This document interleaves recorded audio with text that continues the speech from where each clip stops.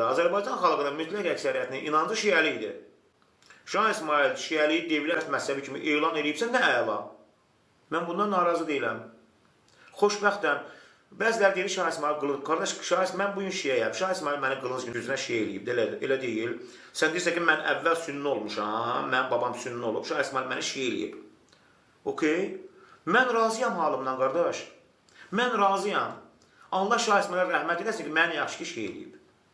Mən razıyam. Bəs sənin problemin nədir? Sən niyə belə narahatsan mənə görə?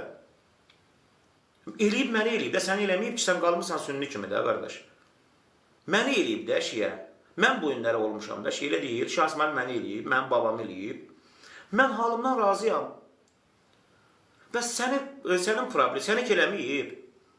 Uzun Həsən, Şah İsmailin ana babası, Uzun Həsən Bayandur.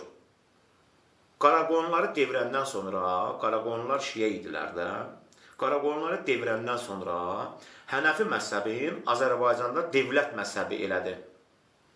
Və Hənəfi məzhəbi ilə Hənəfi üsulunda fətvalar verdirdi.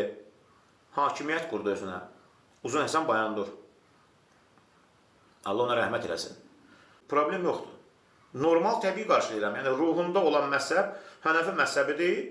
Onu dövlət məzhəbi elədi və o yöndən fətvalar verdirdi. Şah İsmail da xalqın tələbi ilə, Şah İsmaili dəstəkləyən Ələvi türkmanların tələbi ilə taxta çıxır, onların dəstəyi ilə və həmin bu tayfaların etiqadı olan, dini inancı olan 12 imam şiəliyin dövlət məzhəbi eləyir.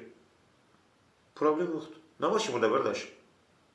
Şah İsmail gəlib kiminsə qapısını döyüb, deməyib, sən niyə namazı əli bağlı qılırsan? Qapısını döyüb deməyib.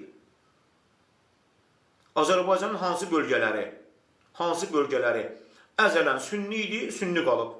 Hansı bölgələr şiə idi, şiə qalıb. Bunların qarnının ağrısı nədir, mən başa düşə bilmirəm.